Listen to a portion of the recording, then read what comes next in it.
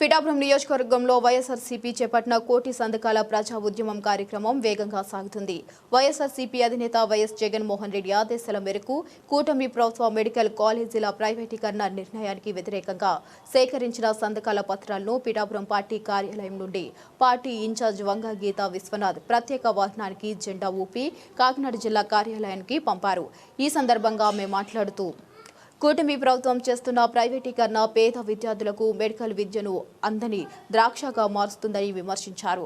దీనిపై ప్రజలకు అవగాహన కల్పించేందుకు కోటి సంతకాల ఉద్యమాన్ని చేపట్టామని తెలిపారు.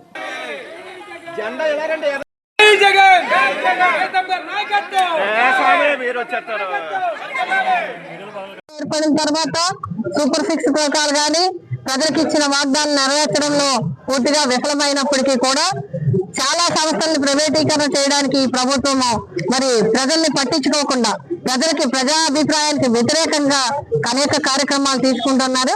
అందులో ముఖ్యంగా మరి ప్రభుత్వ మెడికల్ కాలేజీలని ప్రైవేటీకరణ చేయడం.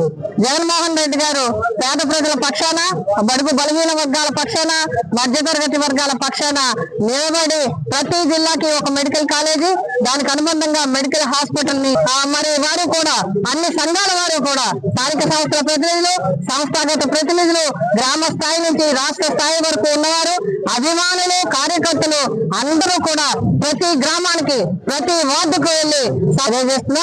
ఈ కార్యక్రమాన్ని మీ ఆశీర్వాదం కింద భావిస్తున్నా.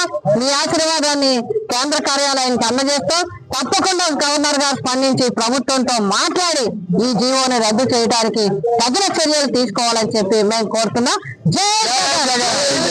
Please like and share, subscribe to BCN Telugu News. Please like, share and subscribe to BCN Telugu News.